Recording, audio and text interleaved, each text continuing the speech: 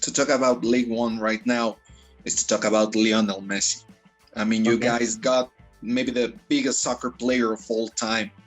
You have him in Paris. You were talking about how big of a city is Paris. You have one of the most iconic cities in the world. I mean, the Eiffel Tower, the PSG as a team, and to have Messi over there. How big of an impact has he had over the last few months as a player, not only in soccer, but I mean also in the country? What's the feeling? What do you guys feel about having Messi over there? Well, first of all, I guess it's I have to admit that, yeah, we're proud. As simple as that at the beginning, because you mentioned it. It's perhaps arguably the greatest of all time. Perhaps I would say Zidane is, but okay, that's me and I'm French, you know. Well, Zidane, no, Messi is Zidane.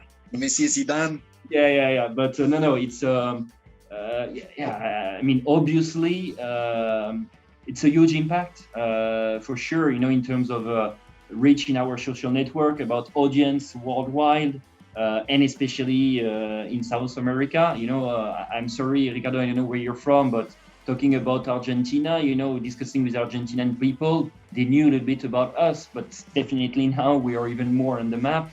And so, yeah, it gave a strong interest on our championship. So for us, it's a great opportunity, you know, and we try to leverage it. We've reached 20 million fans on our social network. We again had very strong audience on his games, and people are just talking more about French Ligue 1 because of the presence of Messi. Now, you know, Messi is not eternal either. We don't know how long he's going to stay, how long he's going to play. So it's important to take advantage of his presence now, you know, to have as many benefits as possible. But we also need to work on the long run. Who's going to be the next Messi? Por encima de cualquier miedo, se impone el fuego de nuestra pasión. Por nuestras venas corre sangre caliente. Caliente.mx. Más acción, más diversión. I'm from Mexico. You were asking where I'm from. Oh, okay. From Mexico. And as you know, Guillermo Ochoa used to be like the ambassador of Mexico in the Ligue 1, the goalkeeper. He's maybe one of the most famous Mexican players. What do you think right now is kind of missing in the Mexican market to see more Mexican players in the league? What is it you guys maybe you think you're looking for, or the things a Mexican player could be missing to have more ambassadors over there? Yeah. I mean, I'm not sure there is something missing at the end of the day. You know, it's first of all, I think your players are very fine with Liga MX, and we see our French players going to your championship. And they seem quite happy, and it seems to work well with them. So, you know, after it's just a matter. I mean, we're really talking about sports here and the quality of the players and stuff like that. But it's a will, you know, for those players. First of all, they need to be identified for the clubs, and it's perhaps our own club that needs to be more to see what's going on there. But I'm sure there is not much missing. It's just a matter of opportunities afterwards. It's true that the language, at the end of the day, perhaps it's easier with a championship, you know, south of France, where they speak the same language. But I mean, after it's just a matter of identifying the right guy, bring him, you know, his will to come also to France, to adapt also to a championship. I don't think there is that much, beside the fact that I'm pretty sure they are very happy where they are with the Liga MX.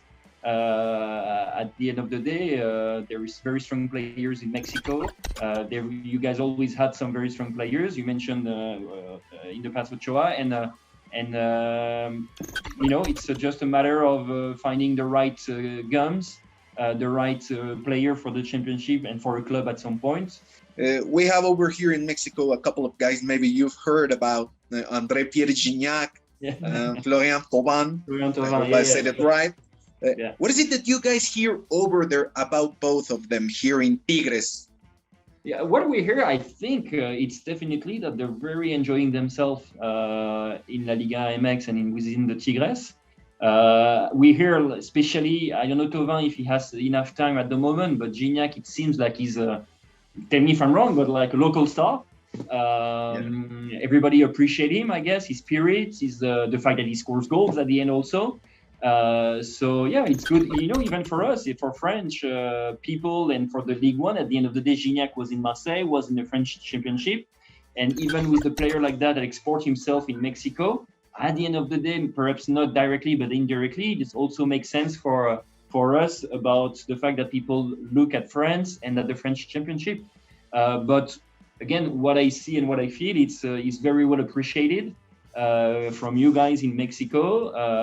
And so it could definitely also become one of our ambassadors at some point, because I think he has a lot of fans in Mexico, and good for us.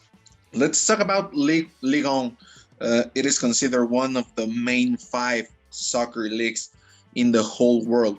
What do you think makes the French league kind of unique or special aside from other leagues around the world? There is something where definitely we believe we can say arguably we're the best one in the world, and if not the best one, in the top 3 for sure. It's all about player and youth academies and player development, okay? And as you know, we have a lot of very strong players in France. We are very well known in terms of academies because among the top 5 academies in Europe, 2 or 3 of them comes from France. And it's definitely something that can make a huge difference, especially towards the youth, the young generation. And the generation we want to try to reach out to, because ultimately our goal would be to go higher and higher in terms of level in the top 5. And if we can reach out right away with the young one to be better known and to attract them, it's something we want to work on.